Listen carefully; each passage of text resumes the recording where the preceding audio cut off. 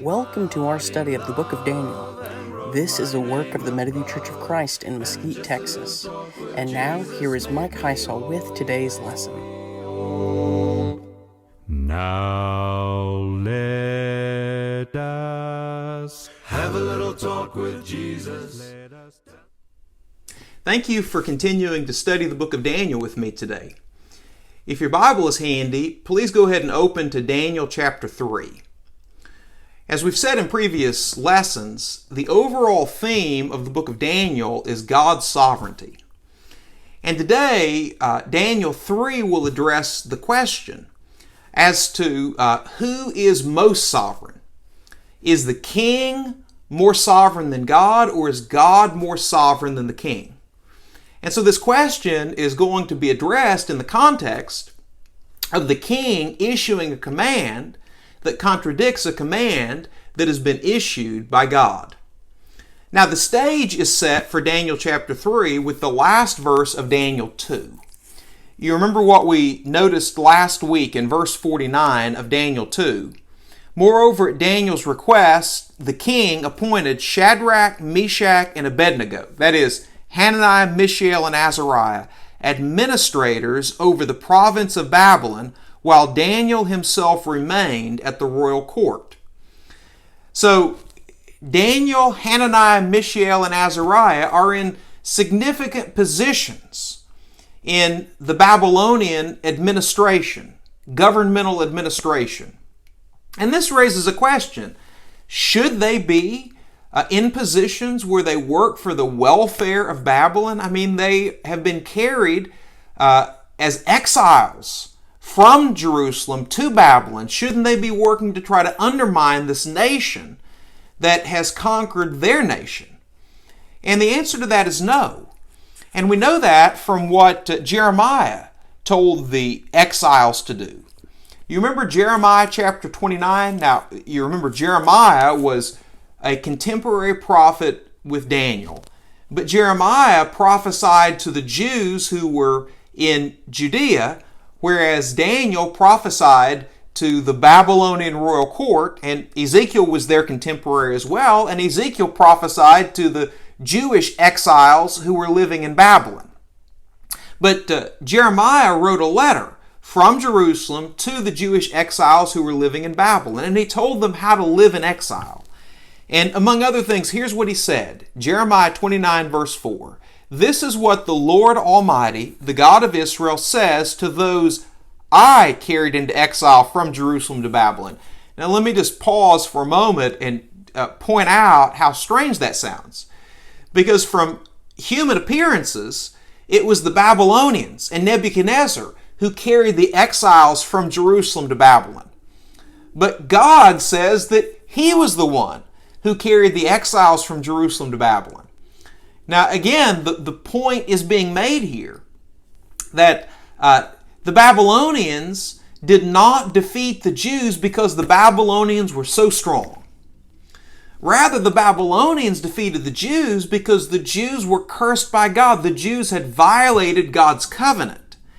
And God sovereignly empowered the Babylonians to conquer the Jews as a way to chastise his own people. So verse 5, here's what Jeremiah says to the captives to do in Babylon. Build houses and settle down, plant gardens and eat what they produce. Marry and have sons and daughters. Find wives for your sons and give your daughters in marriage, so that they too may have sons and daughters. Increase in number there, do not decrease.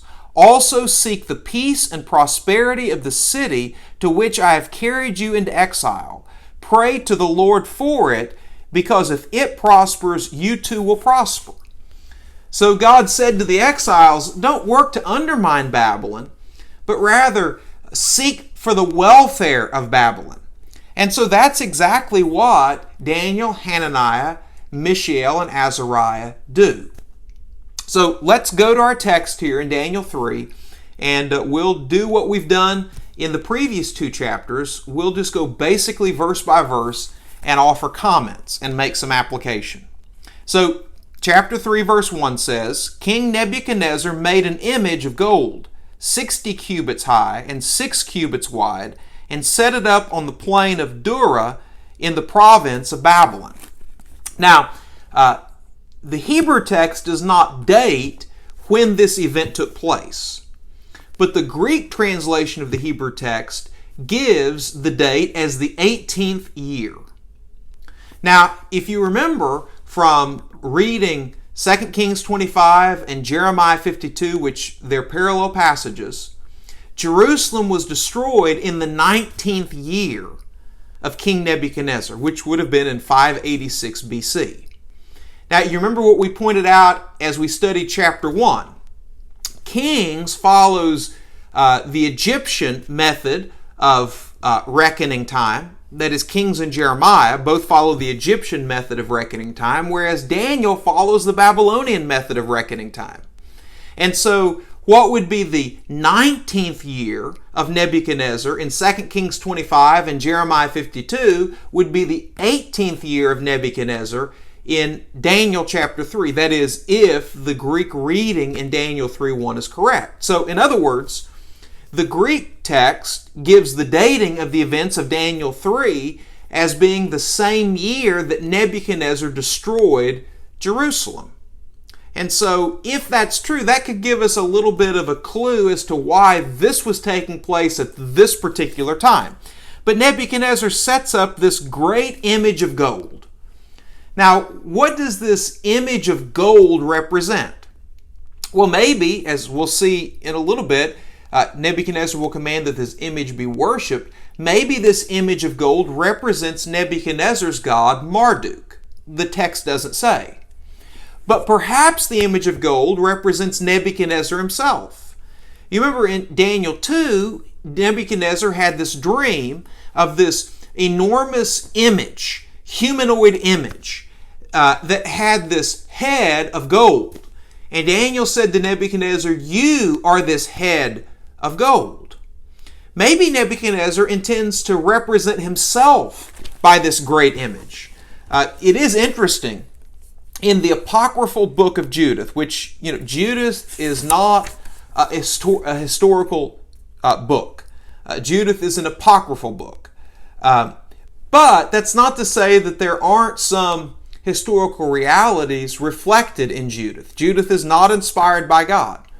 But in Judith chapter 3 and verse 8, here's what we're told. Yet he, that would be the general, Holofernes, demolished all their shrines and cut down their sacred groves, for he'd been commissioned to destroy all the gods of the land, so that all nations should worship Nebuchadnezzar alone, and that all their dialects and tribes should call upon him as a god.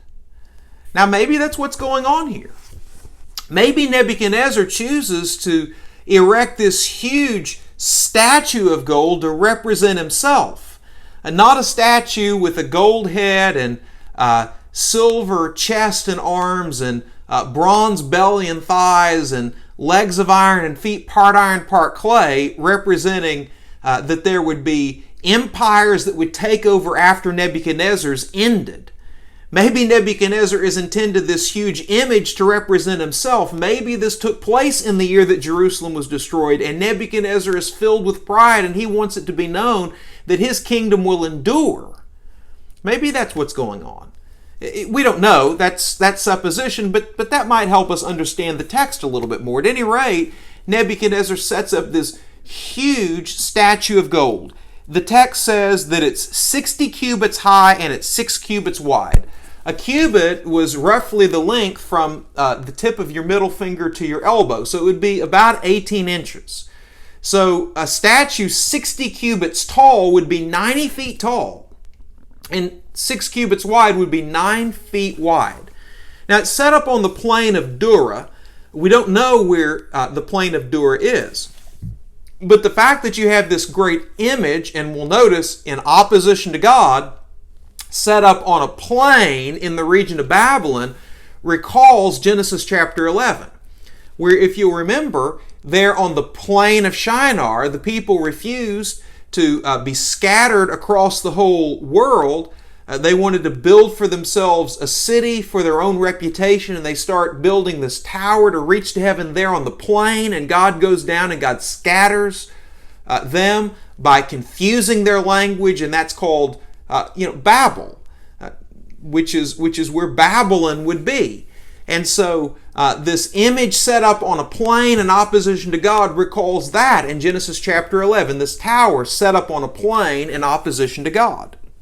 Verse 2, he then summoned the satraps, prefects, governors, advisors, treasurers, judges, magistrates, and all other provincial officials to come to the dedication of the image he'd set up. Now, several times we're going to read this list, and it's a long list, and the point is that this is a great event. Many of these officials are called to this great event. All of the officials are called to this great event, and this will include officials who are a part of peoples that Nebuchadnezzar has defeated. And even though Hananiah, Mishael, and Azariah are not explicitly mentioned in this list, they are there. They are present. They're called to the dedication of this great image. And by the way, dedications were times of great festivity in the ancient world. You remember the dedication of Solomon's temple there in 1 Kings chapter 8. And everyone in Israel coming for the dedication of Solomon's temple, or you think about the dedication of Jerusalem's walls in Nehemiah 12, time of great festivity. And so we've got the dedication of this great image that Nebuchadnezzar has set up. Verse 3. So the satraps, prefects, governors, advisors, treasurers, judges, magistrates, and all the other provincial officials assembled for the dedication of the image that King Nebuchadnezzar had set up, and they stood before it. Verse 4. Then the herald loudly proclaimed, nations and peoples of every language. So again, these include peoples that Nebuchadnezzar has defeated. This is what you're commanded to do. As soon as you hear the sound of the horn, flute, zither, lyre, harp, pipe, and all other kinds of music. Again, notice the list. I mean, there's just a great enumeration of instruments. And again, this just shows how grandiose this event was. And throughout the text, there's going to be a repetition of this list of officials and this list of instruments. So, that's something to pay attention to. So as soon as you hear all this music, you must fall down and worship the image of gold that Nebuchadnezzar has set up. Whoever does not fall down and worship will immediately be thrown into the blazing furnace. So again, the fact that you've got these officials who have been conquered by Nebuchadnezzar, and they're told that they're commanded to fall down and worship this image at the sound of the music. This is a test of loyalty. Who are you going to be loyal to? Are you going to be loyal to Nebuchadnezzar who's defeated you, or are you going to disobey Nebuchadnezzar? And so this is a test of loyalty in Nebuchadnezzar's mind. And there's a threat. If you don't fall down and worship this image, you're going to be thrown into the blazing furnace. Now, what is this blazing furnace into which they'll be thrown? Well, it was probably a brick kiln. And as we read through the text, we'll see this brick kiln had a couple of openings. There was an opening at the top, and that's where Hananiah, Mishael, and Azariah are going to be thrown. But then there's also an opening at the bottom, and that's where they're going to walk out. And there, the opening at the bottom, that's where Nebuchadnezzar and others are going to be looking in. Now, by the way, Nebuchadnezzar was known to burn people as a form of punishment. We noted a passage from Jeremiah 29 earlier. Let's notice another passage from Jeremiah 29.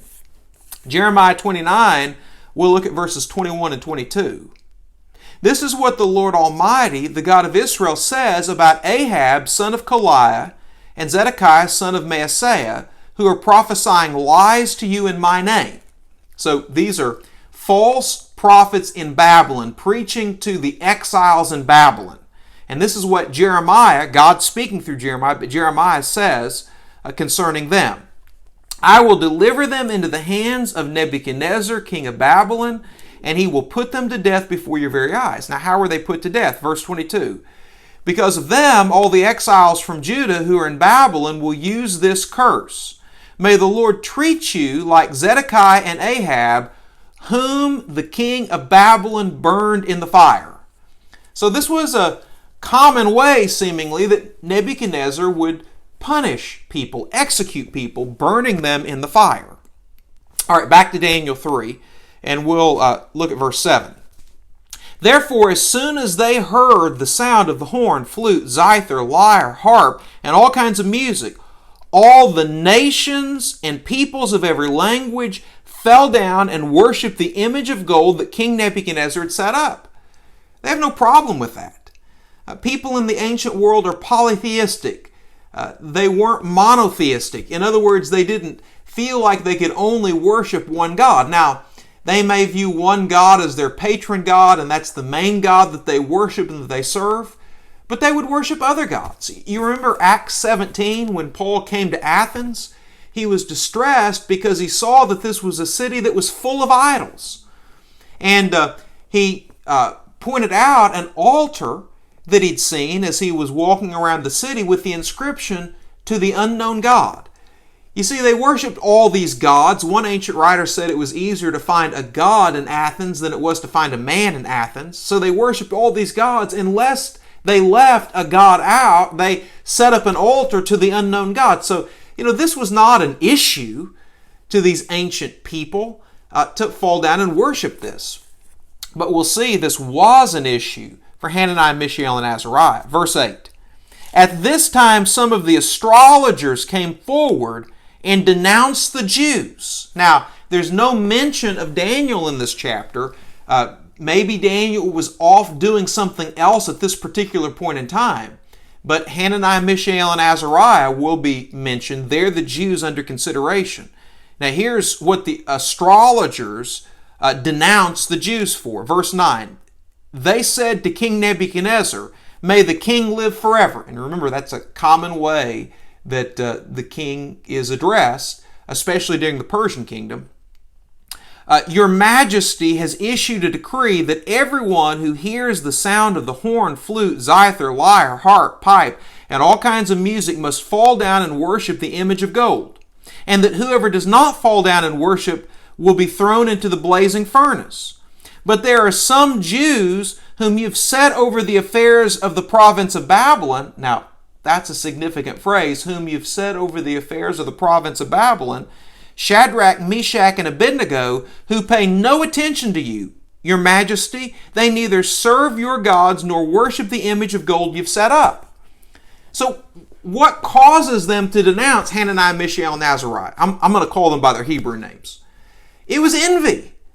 Because Hananiah, Mishael, and Azariah have been set to a high position, and they're envious of them. Now, you remember how we pointed out in the introductory lesson that there are some parallels here in the opening section of the book of Daniel.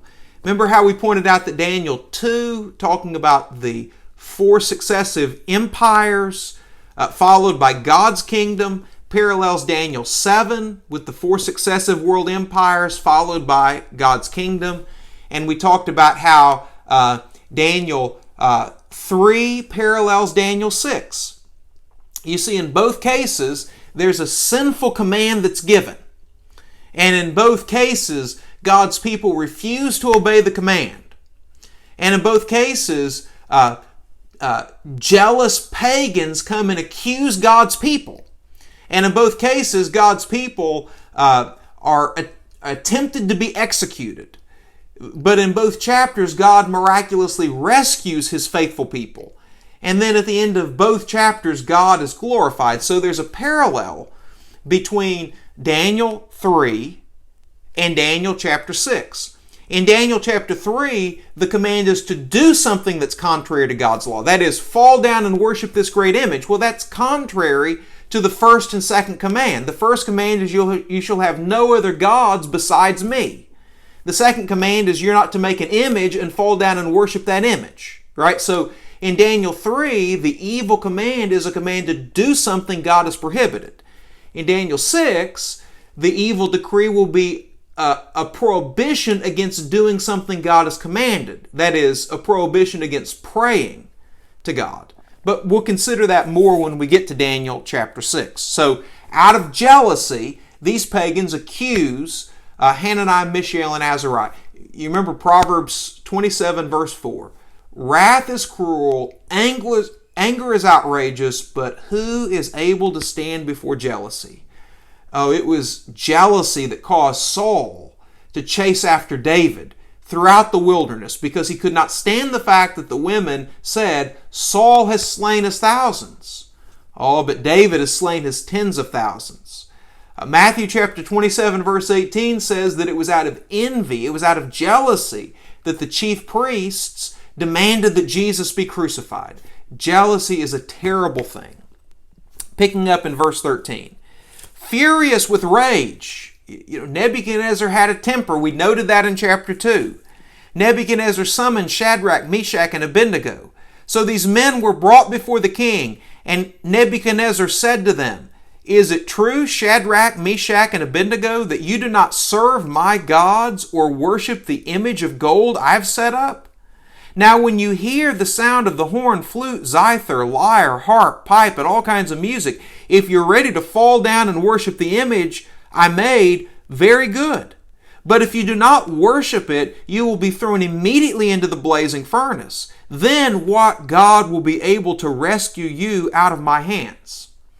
So this is really interesting. Nebuchadnezzar, he's angry, but he gives them a second chance.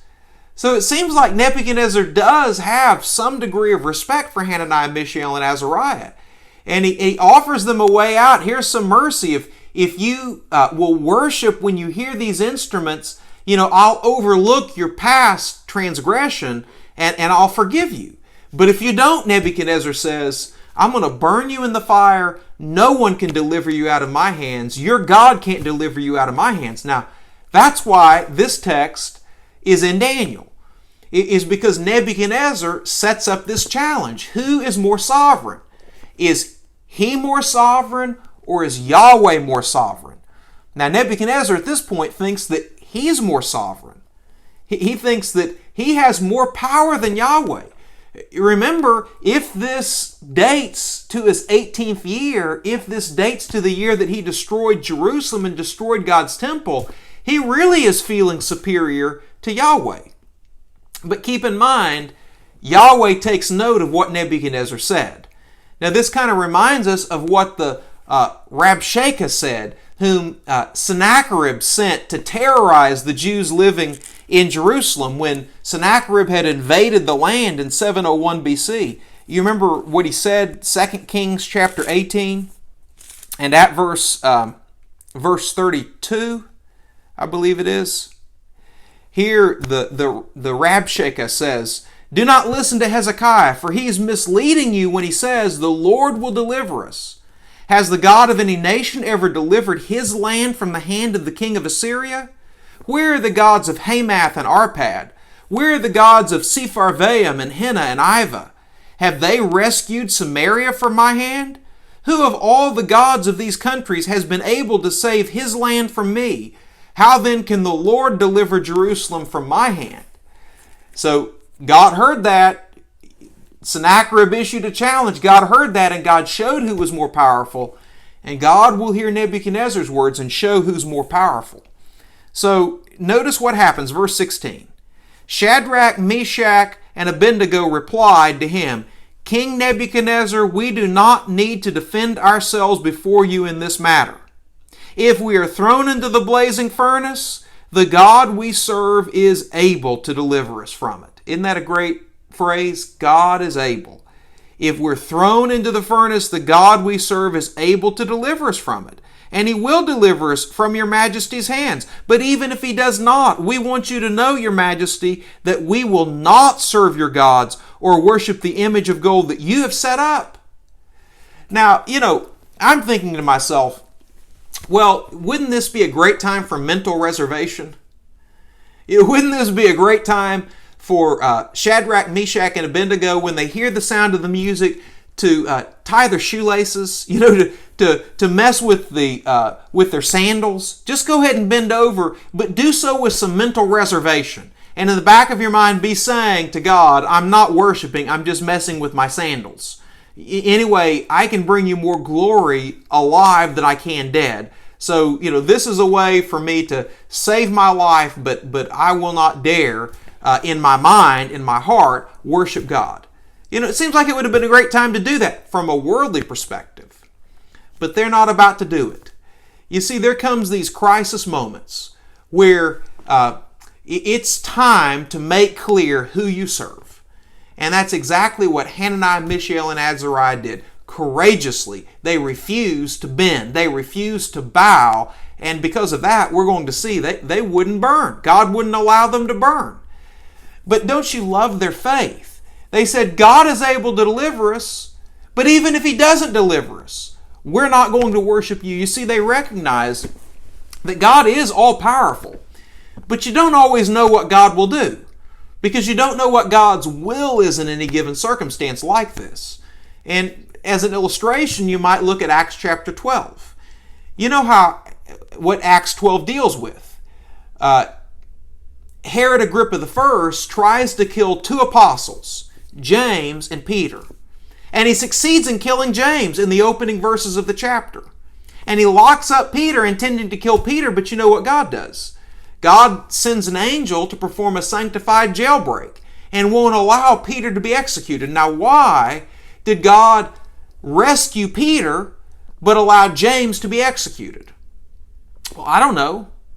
And you don't know. And the Bible doesn't tell us. We just don't always know what God's will is under any given circumstance. But regardless of what God does, Hananiah, Mishael, and Azariah, they trust God, and they're going to serve God, and they're not going to worship another God, even if they burn in the fire. Verse 19. Then Nebuchadnezzar was furious with Shadrach, Meshach, and Abednego, and his attitude toward them changed. Again, he was angry before, but he showed them a little bit of mercy. He tried to give them a second chance, but now he's just furious. His attitude towards them changes. He orders the furnace heated 7 times hotter than usual. Now keep in mind, this is not, a modern furnace with electronic controls where he can, cause the heat to go up 7 times. 7 times is just a way to say it was heated as hot as it possibly could be heated. 7 is a number of completion. Consider, for instance, Psalm 79, verse 12. Now, in Daniel 3, it's Nebuchadnezzar venting his wrath on 3 people who have disobeyed his command. In Psalm 79, it's going to be God venting His wrath on those who have rebelled against Him and who have mistreated His people. Psalm 79, verse 12. So this is an imprecatory psalm after the destruction of Jerusalem concerning what God will do to the Babylonians here. This statement is Psalm 79, verse 12. Pay back into the laps of our neighbors, and keep in mind, the neighbors like the Edomites rejoiced when the Babylonians destroyed Jerusalem, and they came in and they abused the Jews. You see that in books like Obadiah, for instance. So pay back into the laps of our neighbors 7 times the contempt they have hurled at you, Lord. That is in the destruction of Jerusalem. So 7 times is a number of completion. So Nebuchadnezzar is just so angry, he says, you heat that furnace as hot as you can possibly heat it, because they've rebelled against me. Verse 20. And commanded some of the strongest soldiers in his army. Now that's going to be significant here in a second. Some of the strongest soldiers in his army to tie up Shadrach, Meshach, and Abednego and throw them into the blazing furnace. So these men, wearing their robes, trousers, turbans, and other clothing, were bound and thrown into the blazing furnace. So the fact that Hananiah, Mishael, and Azariah are tied up in all these clothing meant that, they would burn more quickly. The fire would start more quickly. That cloth would catch on fire. And so these strongest of soldiers bind them up and throw them in. Now remember, they're thrown in the top opening of the furnace. And we're going to notice in just a minute, Nebuchadnezzar is going to be watching from the ground level entrance to the furnace. So verse 22, the king's command was so urgent and the furnace so hot that the flames of the fire killed the soldiers who took up Shadrach, Meshach, and Abednego. So these strongest of soldiers were burnt up because the flames were just coming up. It was so hot, coming up out of the top of that furnace when Hananiah, Mishael, and Azariah are thrown into it.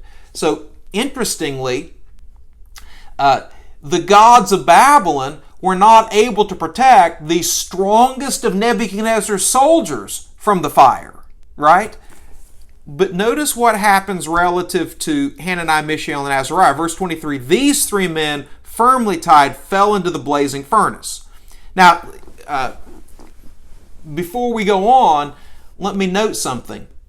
Between verse 23 and 24 in Catholic Bibles, you find a lot of extra verses. And what you find between verse 23 and 24 is a part of what's known as the Apocrypha. You see, a part of the Apocrypha include additions to Daniel, just like it includes additions to Esther.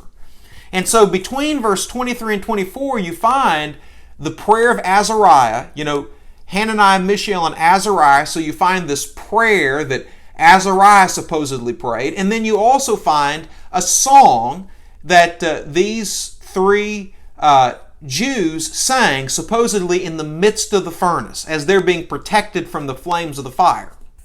Now, these additions are not a part of our Bibles because Protestant Bibles are based upon the Jewish canon. Okay, so in the Hebrew text, you don't find this additional material. This additional material is found in Greek translations. And so it was not, we don't believe, original. It's not something that Daniel actually wrote, but these are additions that were made. Man's curiosity causes him to, assume what happened and to try to fill in the blanks. And so that's probably where the additions to the book of Daniel came from, not from divine inspiration, but from human curiosity. Okay? So verse 24, then King Nebuchadnezzar leaped to his feet in amazement. Because remember, he's looking in this floor entrance to the brick kiln. So he leaped to his feet in amazement and asked his advisors, weren't there three men that we tied up and threw into the fire? They replied, certainly, your majesty. He said, look, I see four men walking around in the fire, unbound and unharmed, and the fourth looks like a son of the gods. So Nebuchadnezzar sees that there is some other person in that furnace who's protecting Hananiah, Mishael, and Azariah.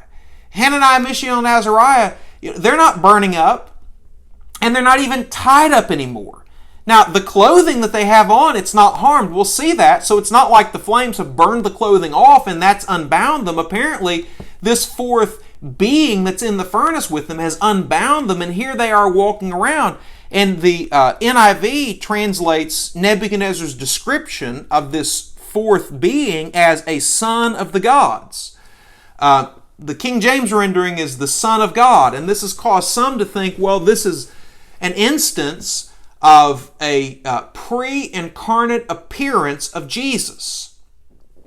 Keep in mind, this is Nebuchadnezzar's description. And just from Nebuchadnezzar's standpoint, to say that this is a son of the gods is just to say this is some sort of heavenly, some sort of divine being. Now later in the text, this one will be described by Nebuchadnezzar as an angel. Verse 28, then Nebuchadnezzar said, praise be to the God of Shadrach, Meshach, and Abednego, who has sent his angel and rescued his servants. And by the way, you remember we pointed out that Daniel 6 is parallel to this. So what Hananiah, Mishael, and Azariah do in chapter 3, Daniel does in chapter 6. And in Daniel 6, verse 22, Daniel says that it's an angel that binds up the mouths of the lions and protects him. Yeah, verse 22 of chapter 6. So, we don't know exactly who this is, but one interesting passage, I think, that ought to enter the mix as, we think about who it is that's protecting Hananiah, Mishael, and Azariah, and that's Isaiah chapter 43. So Isaiah 43 looks to Israel's deliverance, Judah's deliverance from Babylonian captivity, and ultimately looks to our deliverance from the captivity of sin through Messiah. But in Isaiah 43 verse 2, God is promising to protect His people, to bring them out of captivity. And here's what's said, Isaiah 43:2, when you pass through the waters, I'll be with you. You know, just like when Israel passed through the waters of the Red Sea and later the waters of the Jordan, God went with them. Well, when you pass through the waters, I'll be with you. When you pass through the rivers, that is the Jordan River, just like we said, Joshua chapters 3 and 4, they will not sweep over you. Now note this next phrase. When you walk through the fire, you will not be burned. The flames will not set you ablaze. So in the context of deliverance from Babylonian captivity, you've got this statement, when you walk through the fire, you will not be harmed. The flames will not set you ablaze. And the implication is, because I'm with you. Well, whoever it was that God sent to protect Hananiah, Mishael, and Azariah, they were there at God's command, and ultimately it's God who's protecting them from the fire. Verse 26, Nebuchadnezzar then approached the opening of the blazing furnace and shouted, Shadrach, Meshach, and Abednego, servants of the Most High God, come out, come here. Now, a couple interesting things there.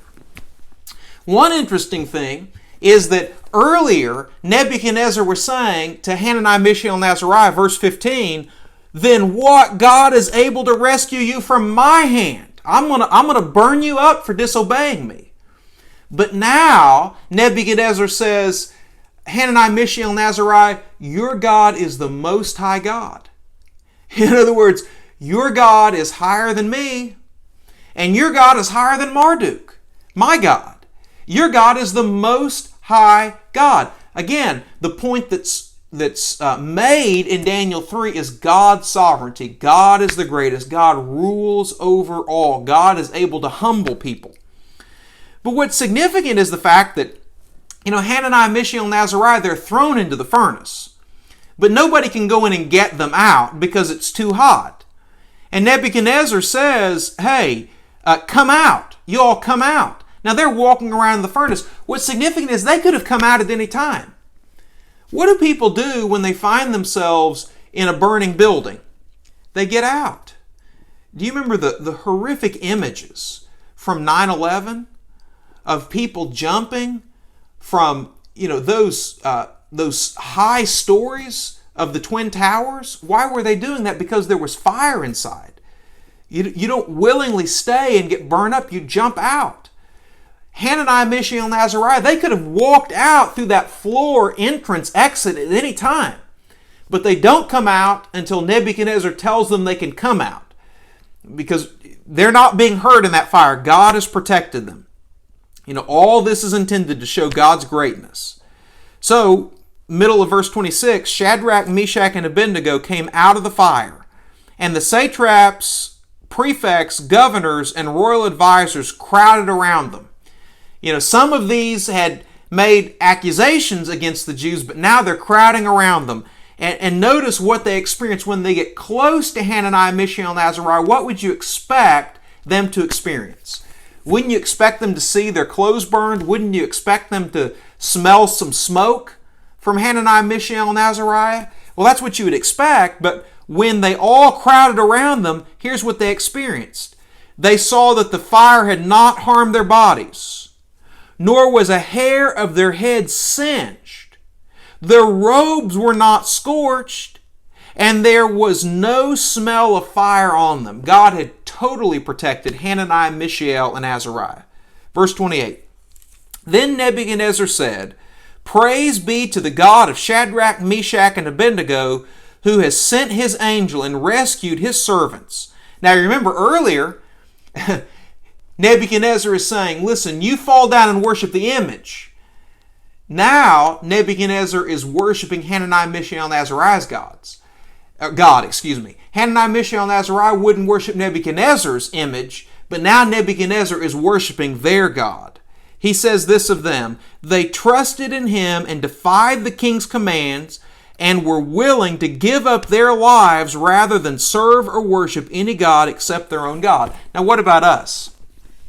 The Bible says, let every soul be subject to the higher powers, for there's no power but of God. The powers that be are ordained of God. Whoever resists the ordinance resists the power of God. Romans chapter 13, verses 1 and 2. So we're commanded to obey government. But what about when government gives commands that contradict God's commands? In that circumstance, we're to do what Hananiah, Mishael, and Azariah did. We're to reply the same way that Peter and the apostles replied to the Sanhedrin when they're commanded not to preach Jesus anymore. Here's what Peter said, Acts 5:29, we ought to obey God rather than men. And just, I'm not a prophet, I'm not the son of a prophet, but just looking at the direction our nation is going, I would not be surprised if before long we're not commanded to do things that are in violation of God's law. Now, what are we going to do? Are we going to compromise? Or are we going to be like Hananiah, Mishael, and Azariah? Are we going to trust in our God and say, no, we're going to do what God commands regardless of what consequences come our way? God can deliver us, and we hope that God will deliver us. But even if God doesn't deliver us, we're not going to sin against our God. And so this is a very important chapter for us to consider at such a time as this. Verse 29, Nebuchadnezzar says, therefore I decree that the people of any nation or language who says anything against the God of Shadrach, Meshach, and Abednego be cut into pieces and their houses turned into piles of rubble. Just like he commanded happened to all the wise men when the Babylonian wise men couldn't interpret his dream back in chapter 2, verse 5. For no other God can save in this way. Now earlier, Nebuchadnezzar saying, no God can deliver out of my hand, verse 15. But now he says, listen, Yahweh's the Most High God. No other God can save in this way. Verse 30. Then the king promoted Shadrach, Meshach, and Abednego in the province of Babylon. So rather than this event turning out to destroy and kill Hananiah, Mishael, and Azariah, this actually was a means that God used providentially to exalt them in Babylon, as well as exalt His own name. May we all have the courage to be like Hananiah, Mishael, and Azariah. And you remember from our study of the book of Hebrews, they are presented in Hebrews chapter 11 as an example for us of faith and perseverance. Well, look forward next week to studying Daniel chapter 4 with you. Sorry that this went long. It's just once I start talking, I can't quit. So God bless you all. We thank you for taking the time to worship with us and to study a portion of God's Word. We pray that this has been an edifying experience and that you would join us again. Now, if at any point during the lesson you had some questions, please feel free to email us at mhisal@metaview.org. The email is both on the screen and in the description below. It is our goal to answer every Bible question with a Bible answer, to speak where the Bible speaks, and to be silent where it is silent. God bless you. We love you.